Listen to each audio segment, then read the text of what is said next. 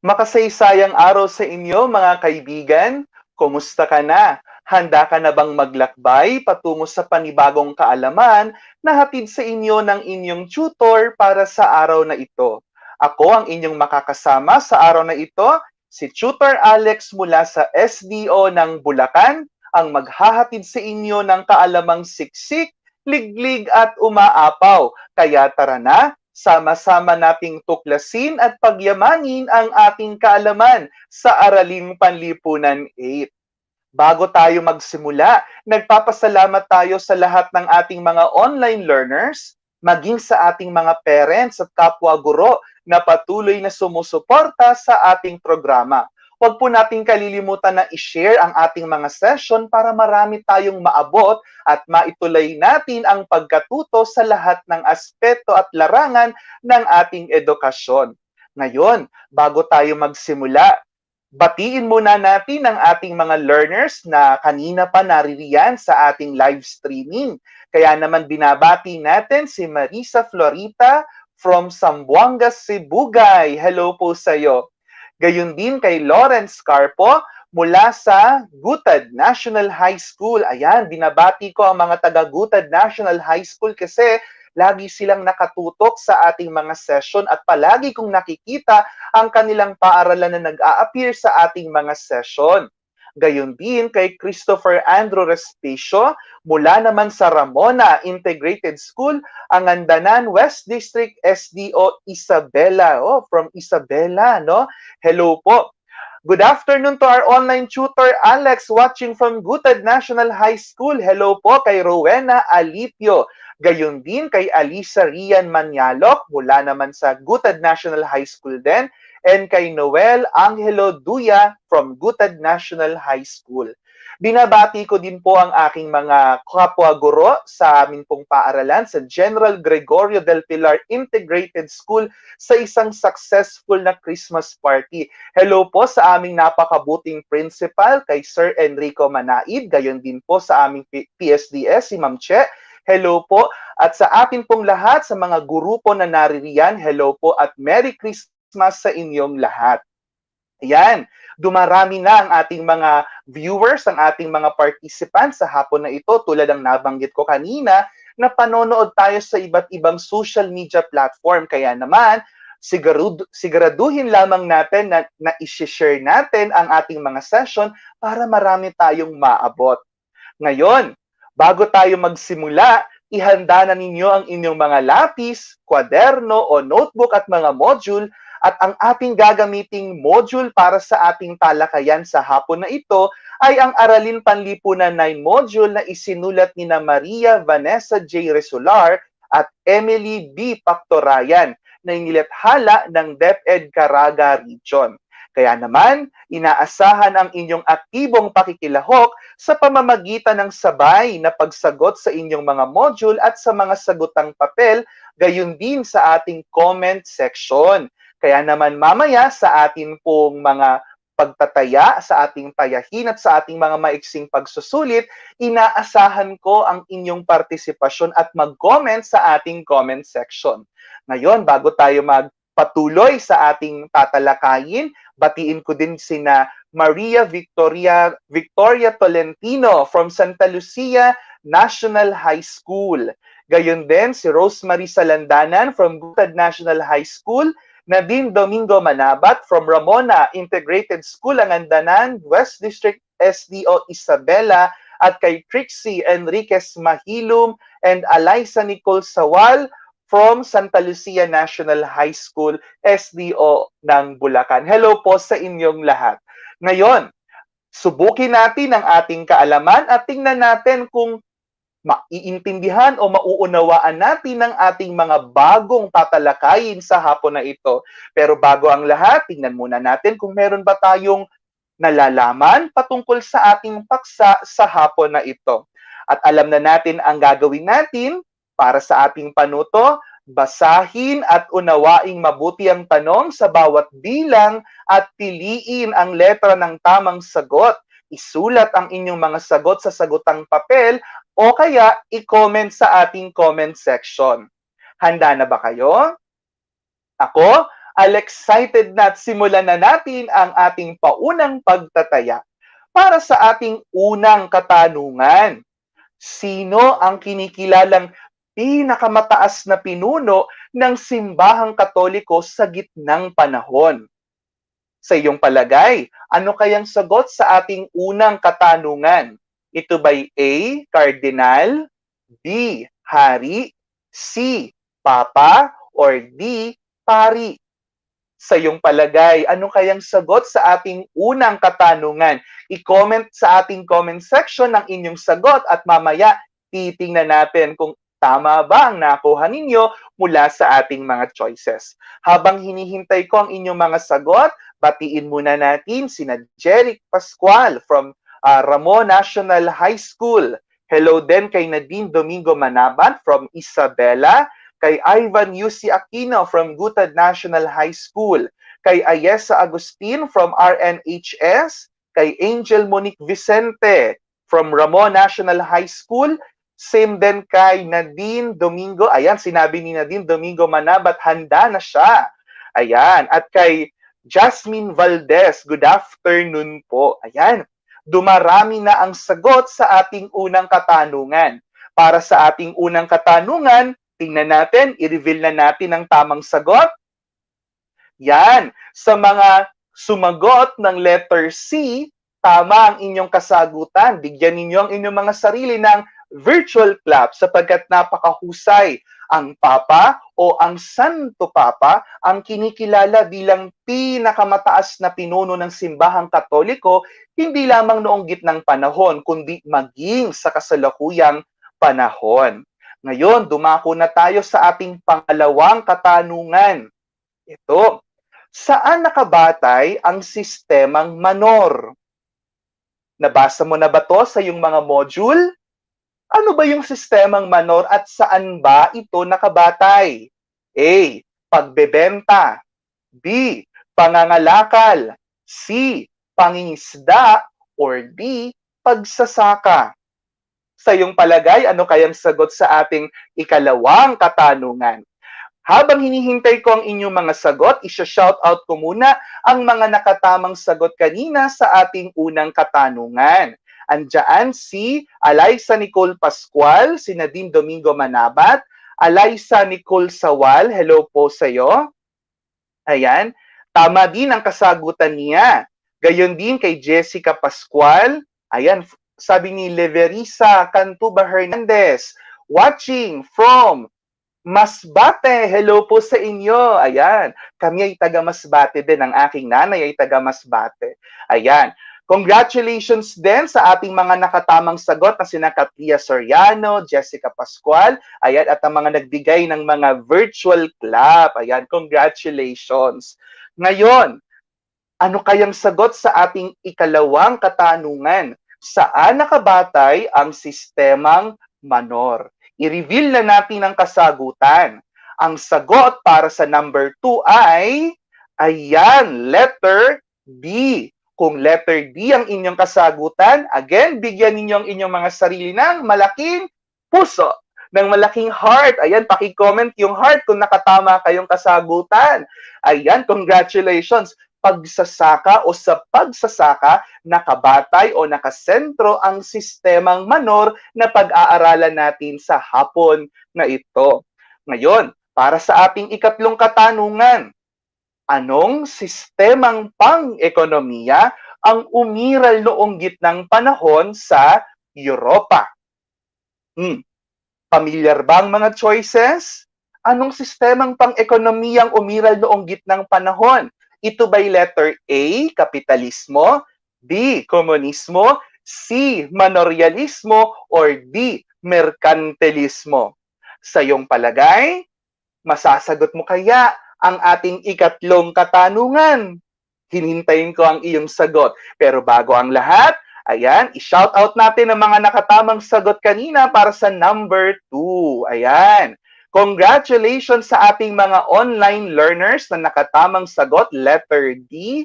Ayan, sina Jessica Pascual, hello, congratulations. Si Nadine Domingo Manabat, Alaysa Nicole Sawal, Katlea Soriano, Nadine Domingo Manabat, Linuel Avon Pascual, ayan, congratulations, salamat, at tama ang iyong kasagutan. Gayon din si Jasmine Valdez, Eliza Nicole, ayan, and si Kira Kilit Van, ayan. Ngayon, i-reveal na natin ang kasagutan para sa number 3. Ngayon, ano kayang sagot para sa ating question number 3? Ayan, nakita ko napakarami ang nakatamang sagot at tiyak ako, ito na yung ating ikatlong tamang sagot. Kaya naman, bigyan naman ninyo ang inyong mga sarili ng malaking virtual like. Pwede mo bang i-comment sa ating comment section kung nakatama ka sa pamamagitan ng like? Ayan, napakadami ng ating mga online learners na nakatamang sagot sa ating ikatlong katanungan. Ang manoryalismo ang sistemang pang-ekonomiya na umiral sa gitnang panahon sa Europa. Katulad ng ating nabanggit kanina, yung manoryalismo ay nakasentro sa pagsasaka, ito din ang magiging pangunahing sistemang ekonomikal sa panahong ito. Congratulations! Ayan. Napakadami ng nakatamang sagot at nakikita ko na ang inyong mga like sign sa ating comment section. Ibig sabihin, nakatama kayong sagot. Congratulations sa ating mga online learners. Tulad ng ating nakita sa pasimula, tayo ngayon ay nasa quarter 2, week 5 ng ating session ng ating pag-aaral. At ang paksang ating tatalakayin sa hapon na ito ay ang mga pagbabagong naganap sa Europa sa gitnang panahon. Para sa ating layunin sa hapon na ito, ay nasusuri ang mga pagbabagong naganap sa Europa sa gitnang panahon sa larangan ng politika, ekonomiya at sosyo-kultural. Ang ating araling ito ay bubuuin ng 2 linggo.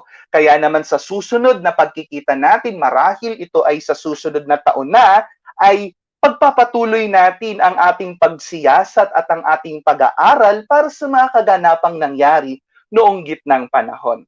Ngayon, simulan natin ang ating pagkatuto sa pagsagot ng katanungang, ano ba ang gitnang panahon? Saan ba ito nanggaling? At paano ba natin ito matututunan o paano ba natin ito mauunawaan?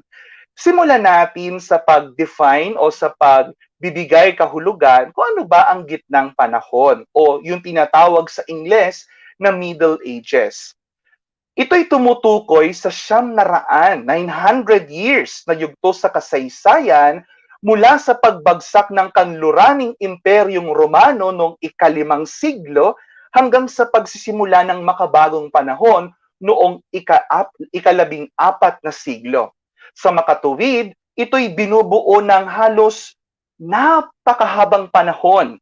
900 years, 100 years na lang, 1,000 na, no?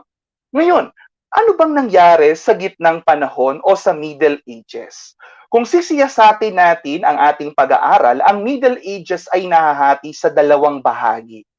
Una ay ang Early Middle Ages na maging pundasyon ng kalinangan at kasanayan sa panahong ito, at ang Later Middle Ages na magiging dahilan o magiging prekursor o yung magiging hudyat ng pagbubukas ng panibagong yugto sa kasaysayan, yung tatawagin nating Renaissance sa susunod nating mga talakayan.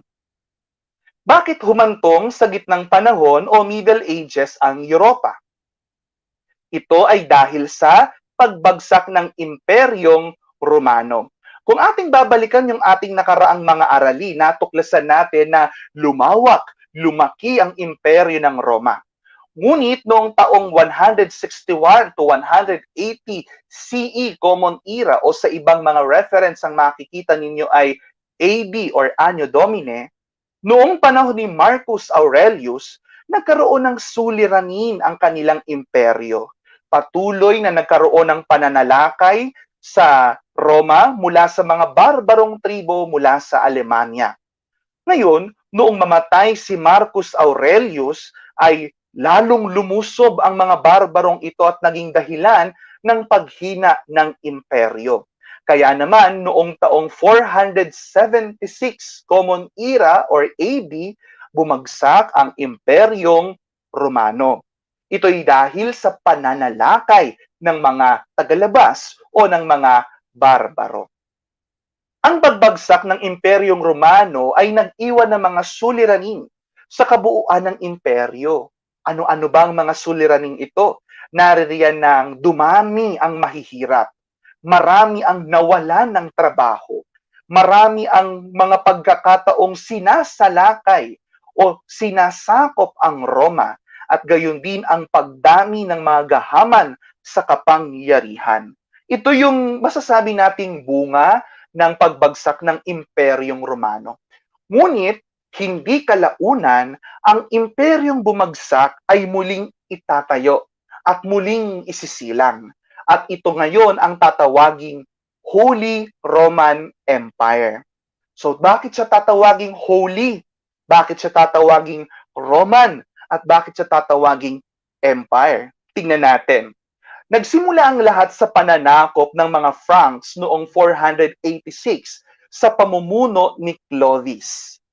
Dala-dala niya ang tinatawag na dinastiyang Merovingian, at sa kanyang pananakop sa mga taga-Roma o yung ang kabuuan ng imperyo ng Roma ay nadala nito ang kanilang paniniwala, no?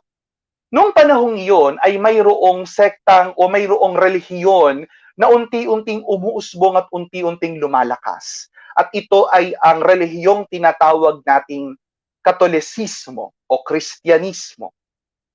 Dahil dito, nagkaroon ng epekto ito sa mga mananakop. Kaya naman, ang asawa ni Clovis na si Clotilde ay pinakiusapan ng kanyang asawa na magpabinyag sa ilalim ng pananampalatayang ito o sa pagiging Kristiyano. Ito'y nangyari noong Pasko ng 496 AD. Hindi lamang ang pinuno na si Clovis at hindi lamang ang kanyang asawa na si Clotilde ang nagpabinyag. Gayon din ang 3,000 hukbo ng mga Franks.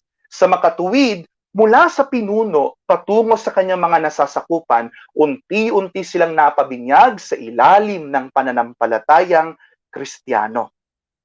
Dahil dito ay nagkaroon ng pagyakap o nagkaroon ng sabihin na nating pagkuha, no? O ang pananakop ng hindi lamang ng mga lupain, kundi pananakop ng ideolohiya sa mga lupaing ito. Kaya naman, sa pagkamatay ni Dagobert, ito yung naging kahalili ni Clovis, ang huling hari ng dinastiyang Merovingian noong 638, ay pinalitan ito ng dinastiyang Carolingian. Noong mamatay si Clovis, ang pumalit sa kanya ay ang mga hari na tinatawag na mga tamad. Yan, mga tamad na hari. Dahil sa mga tamad na hari ay mas lumaki ang kapangyarihan ng isang ministro o yung tinatawag na mayor of the palace ng imperyo ng mga Franks. At kaya naman sa pamamagitan noon, si Charles Martel na isang Carolingian ay nakuha hindi lamang ang posisyon ng mayor of the palace, kundi nakuha niya din ang loob ng mga tao, no? Kaya naman ang kanyang impluwensya ay lumago, lumaki. Kaya naman nakilala sa kasaysayan si Charles Martel noong magapi niyang mga Moro sa labanan sa Tours noong 732. Dahil sa pamosong itong si Charles Martel, unti-unting nakilala ang mga Carolingian. At ito nga'y pinalitan ng kanyang anak na si Pepin III at itinanghal ito bilang hari ng mga Franks noong 751. Matapos ang pamumuno ni Pepin III, kinikilala rin siya bilang Pepin the Short, pumalit sa kanya si Charlemagne na sa kanyang ama bilang hari noong 768 at itinanghal siya bilang emperador ng mga Romano. At tanging tagapagngalaga o sabihin na natin sila yung magiging tagapagmana ng kabihas ng Romano na nawala dahil nga nasakop ng maraming mga barbaro ang imperyo ng Roma. Dahil sa lipunang ito na kung saan nandoon ang pamamayani ng mga mananampalataya sa pananampalatayang Katoliko, nandoon ang impluwensya ng mga Franks, andoon ang impluwensya ng dinastiyang Carolingian, magkakaroon ito ng malaking epekto sa lipunan kinagagalawan ng tao noong gitnang panahon. Kaya naman, makikita natin at mahahati natin sa tatlong kategorya ang makaganapang nangyari sa panahong ito. Una ay sa kategorya ng politika at pamamahala. Pangalawa ay sa ekonomiya at estado ng buhay. At pangatlo ay sa estadong sosyo-kultural. Dahil sa pamamayagpag ng gitnang panahon ay nagkaroon din ng pagbabago sa lipunan. Na-introduce yung pamumunong pyudal at na-introduce sa ekonomiya yung sistemang manoryalismo na nabanggit natin kanina. Ano ba yung pyudalismo? Ano ba yung manoryalismo? Tulad ng inyong mga nababasa sa inyong mga screen, ang pyudalismo ay isang sistema na kung saan ang lupang pag-aari ng hari ay ibinabahagi sa mga vassal bilang fief, kapalit ng kanilang serbisyo at ng kanilang katapatan. So fief, bakit ibinabahagi ng hari ang kanyang lupain? Sapagkat napakalaki, no? Napakalaki ng kaharian ng Roma, yung Holy Roman Empire. Hindi kayang pangalagaan ng hari mag-isa ang kanyang nasasakupan. At hindi kayang ipagtanggol ng pangunahing tagapagtanggol ng imperyo ang lahat ng kanyang mga nasasakupan. Kaya naman, naisip ng hari, ibibigay ko or ipagkakatiwala ko ang mga lupaing ito sa iba, pansamantala, kapalit ng kanilang katapatan, at sila ang mangangalaga sa lupaing ito. At yung lupain ng ito ay tinatawag nating fief. At yung mga nabibigyan naman ng lupaing ito, kalimitan, sila ay tinatawag na mga dugong bughaw o yung mga maharlika. Sila ngayon yung tatawaging mga Panginoong may lupa, yung mga vassal kung tawagin. Ang kanila namang tungkulin ngayon ay paunlarin, pagyamanin ang lupang ipinagkatiwala sa kanila ng isang hari. Ang sistemang manoryalismo naman ay isang pangunahing sistema sa lipunan at ekonomiya sa panahong ito, kung saan ang Panginoong may lupang may kontrol sa daloy ng kabuhayan sa kanyang mga nasasakupan.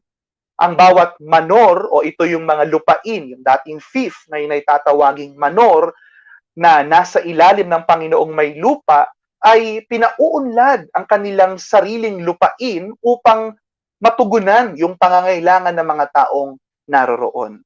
Para bagang ito'y mga bayan na mayroong mga pinuno at yung mga pinunong iyaon, sila yung mga ngalaga at sila yung responsable upang umunlad ang kanilang nasasakupan. Kaya naman, sa sistemang feudalismo, sa sistemang panlipunan, mayroong mahigpit na pag-uuri sa mga tao at hindi ito nagbabago sa mahabang panahon. Sa sistemang politikal ay mayroong sistemang lokal na namamahala tanggulang militar. Sa sistemang pang-ekonomiya, may mga sariling kakayahang agrikultural ang mga manor. Yan. Tulad ng nabanggit natin kanina, mayroong pagbabahagi sa lipunan or mayroong dibisyon sa lipunan. Sa madaling salita, ito yung tinatawag nating social status. Yan, social status. No? Mayroong pag-uuri sa mga tao sa lipunan batay sa kanilang estado sa buhay. At syempre, tulad ng inyong nakikita sa inyong mga screen, may halin tulad natin ito sa isang piramide o sa isang tatsulok na kung saan ang nasa tuktok ay kakaunti, samantalang ang nasa ibaba ay napakarami. At sino ba yung nasa tuktok? Ito'y pinamumunuan ng hari. Sunod sa hari ang mga pinagkalooban ng lupa o ng fief na tinatawag nating Panginoon or Lord, Panginoong may lupa. Susunod sa mga Panginoong may lupa ay ang mga tagapagtanggol ng kaharian. Ito'y tinatawag nating kabalyero or knights, no? Kabalyero or knights. At ang nasa pinakaibaba ng bahagi ng piramideng ito ay ang mga peasants o yung mga serf. Sa madaling salita, sila yung mga manggagawa. Sila yung mga mangangalakal. Sila yung mga nasa tawagin nating laylayan ng lipunan. At itong piramideng ito ay hindi nagbabago sa loob ng mahabang panahon. sapagkat ang mga dugong bughaw, ang mga Panginoon ay nananatili sa kanilang kinauupuan. Samantala mga pesante, ang mga manggagawa, ang mga mangangalakal ay nananatiling nasa ilalim ng pyramid na ito. Sa panahon ding ito, sa gitnang panahon, lumakas ang impluensya ng simbahang Katoliko o yung simbahang Kristiyano. Nagsimula ito dahil kay Constantine the Great noong 325 AD, noong kanyang buuin yung tinatawag na Konseho ng Nicea, na kung saan tinawag niya ang lahat ng mga Kristiyanong obispo sa buong daigdig o sa buong kilalang daigdig mula Europa, Africa at Asia upang magtungo-tungo sa Nicea at magkaroon ng pagpupulong. At sa pagpupulong na yaon, itinakda ni Constantine the Great na ang pananampalatayang Kristiyano ang magiging pangunahing pananampalataya ng buong imperyo. Nabanggit ko kanina, iba't ibang Kristiyanong obispo. Sapagkat noon ay kalat, no? Kalat ang mga Kristiyano sa kilalang daigdig, yung known world kung tawagin. Mayroong mga Kristiyano sa Europa, andyan na mga Kristiyano sa Roma na tatawaging Roman Catholic. Andyan na mga Kristiyano sa Espanya, yung mga pinuntahan ng mga apostol.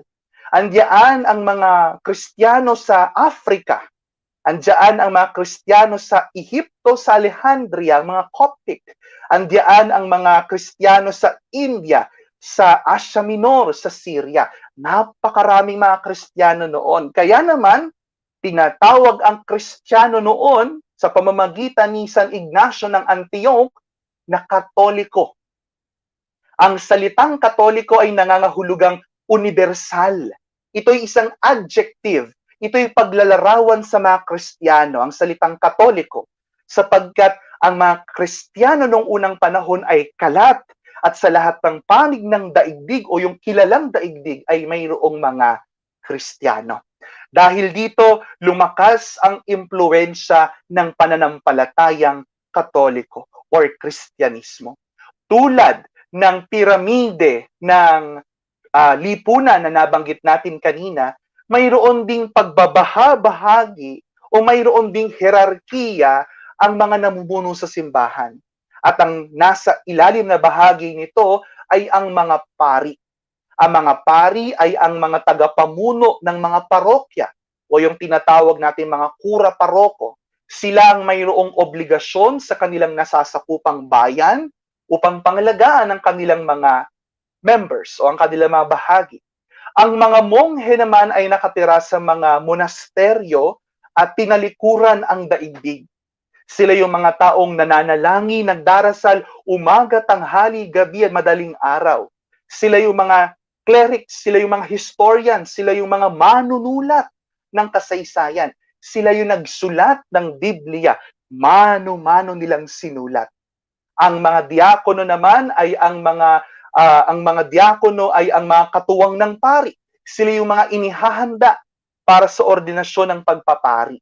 Sila yung naririyan upang tulungan ang mga kura paroko sa kanilang pangangalaga.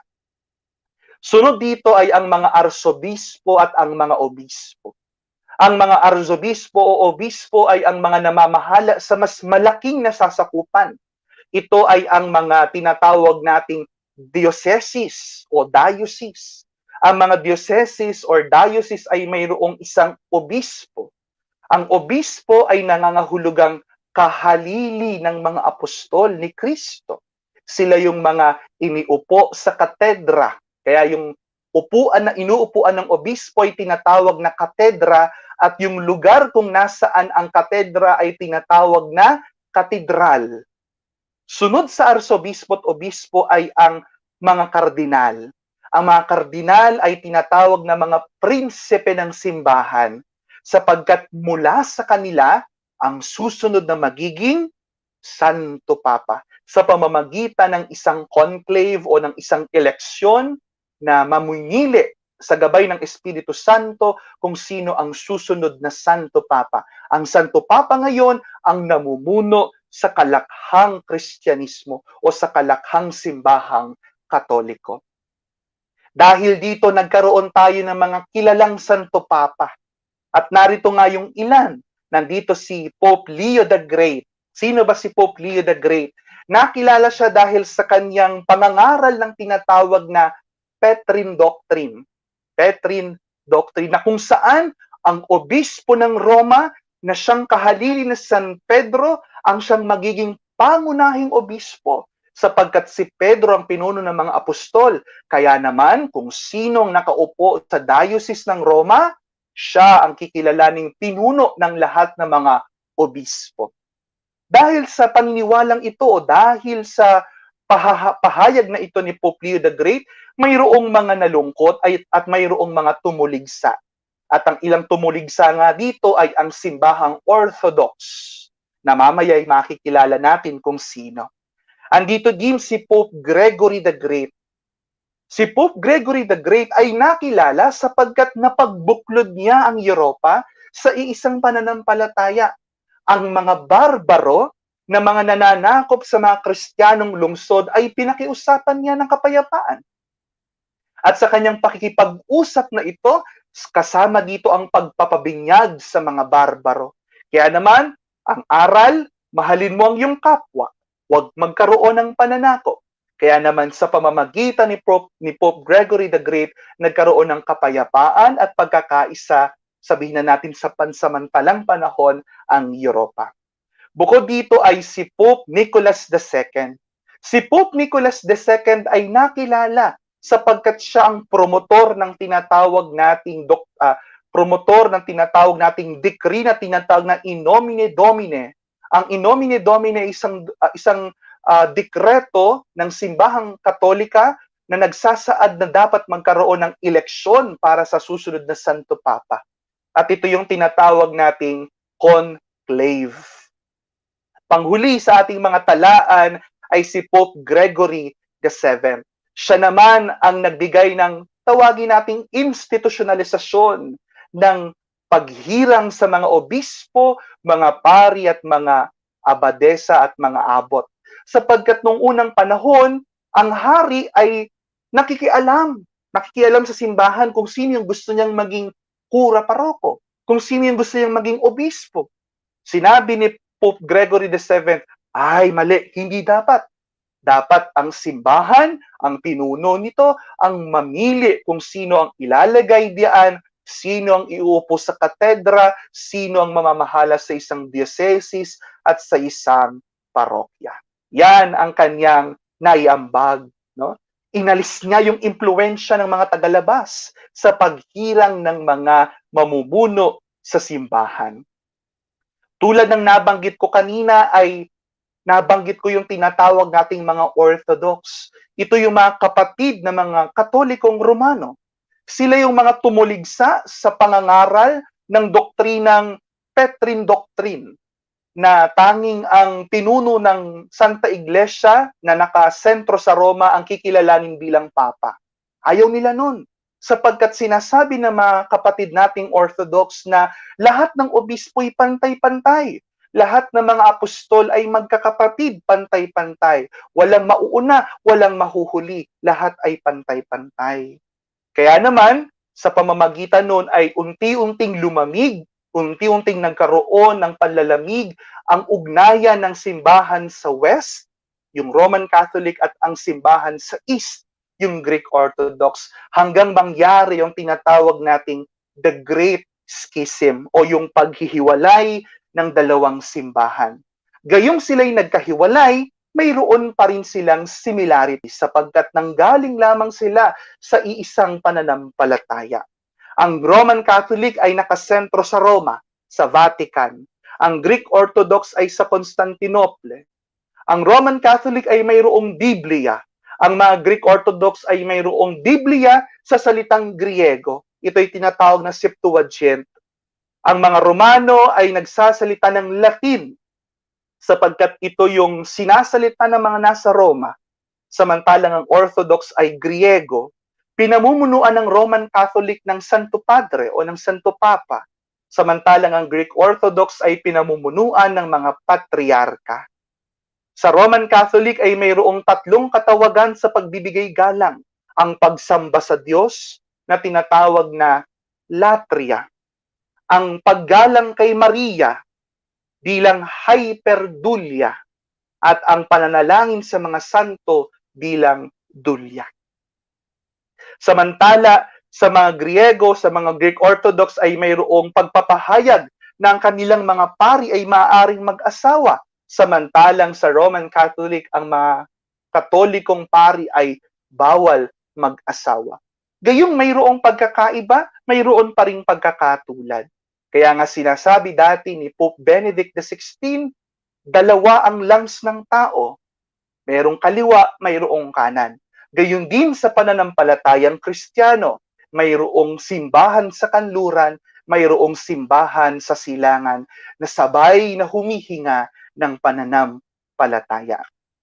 Bukod sa paghihiwalay na ito ng dalawang simbahan, nagkaroon din ng krusada, isang ekspedisyong militar na inilunsad ni Papa Urban II. Dahil dito ay nagkaroon ng, sabihin na natin, pahahayag o pagpapahayag na muling maibalik sa mga Kristiyano ang banal na lupain, ang Jerusalem, na noong mga panahong yun ay sakop-sakop ng mga Muslim. Gayong maraming mga pagkabigo, maraming tagumpay ang krusada. Isa sa bunga ng krusada sa Europa ay ang paglaganap ng komersyo. At ito'y nagsilbing salik sa pag-unlad ng mga lungsod at malalaking daungan.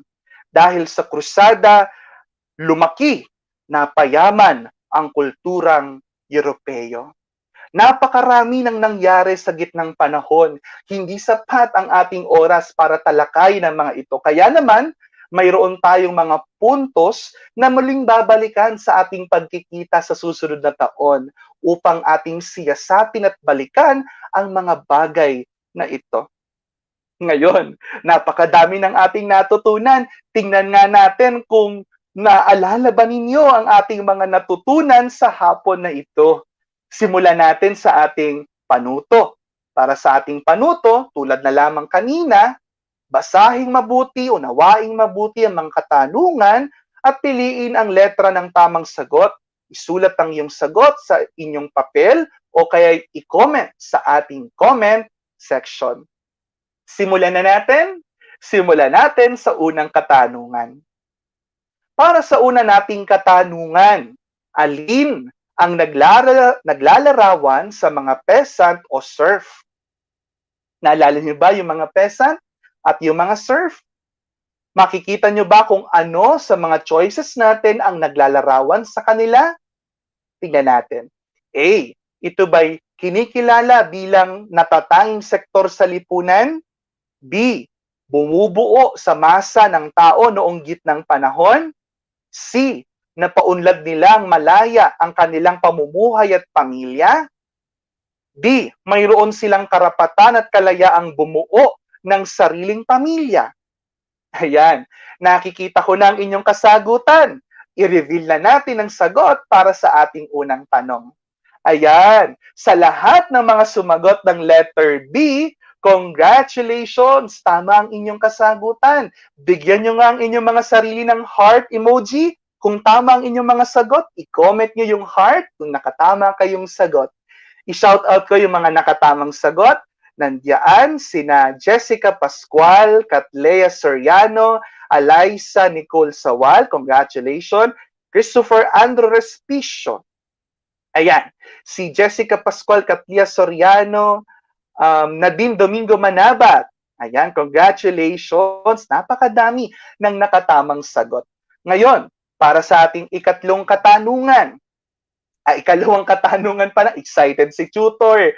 Para sa ating ikalawang katanungan, ano ang tawag sa lupaing ipinagkakaloob ng hari sa kanyang vasal? Ayan, paunahan nga tayong sumagot. A. Dowry. B. Fief. C. Homage. Or D. Manor. Sa inyong palagay, ano kayang sagot sa ating question number 2? Paunahan tayo ng sagot.